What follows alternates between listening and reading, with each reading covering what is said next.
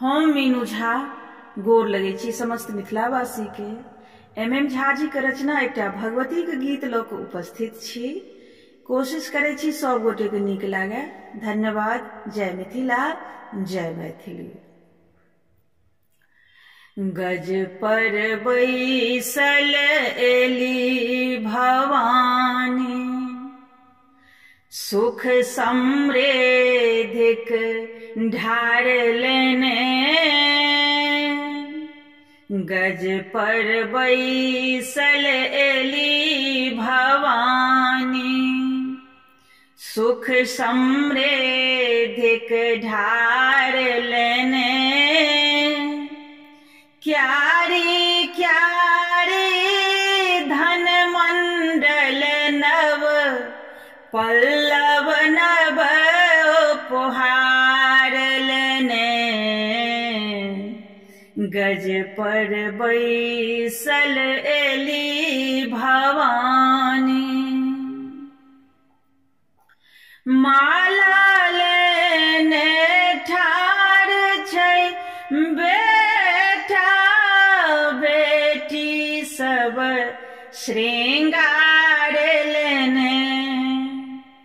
खुशहाली के मेला चहुदिस, ममता मई के उद्गार केने। माला लेने ठार छै बेटा बेटी सब श्रृंगार लेने। खुशहाली के मेला चहुदिस, ममता मई के उद्गार केने। भावक भूखल मैया हमर, भावक भूखल मैया हमर, सकल जगत के भार लेने।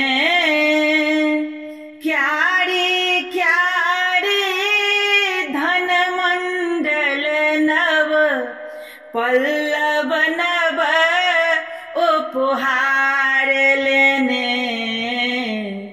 गज पर बैसल एली भवानी, 9 दिन के नवरात्रा पूजन, भाविनी भव्य अनंता के। भव प्रीता भव मोचिनी दुर्गा, सत्य स्वरूपिणी चिंता के। 9 दिन के नवरात्रा पूजन, भाविनी भव्य अनंता के। भव प्रीता भव मोचनी दुर्गा, सत्य स्वरूपिणी चिंता के। ढोल मंजीरा पखा बजबाजे,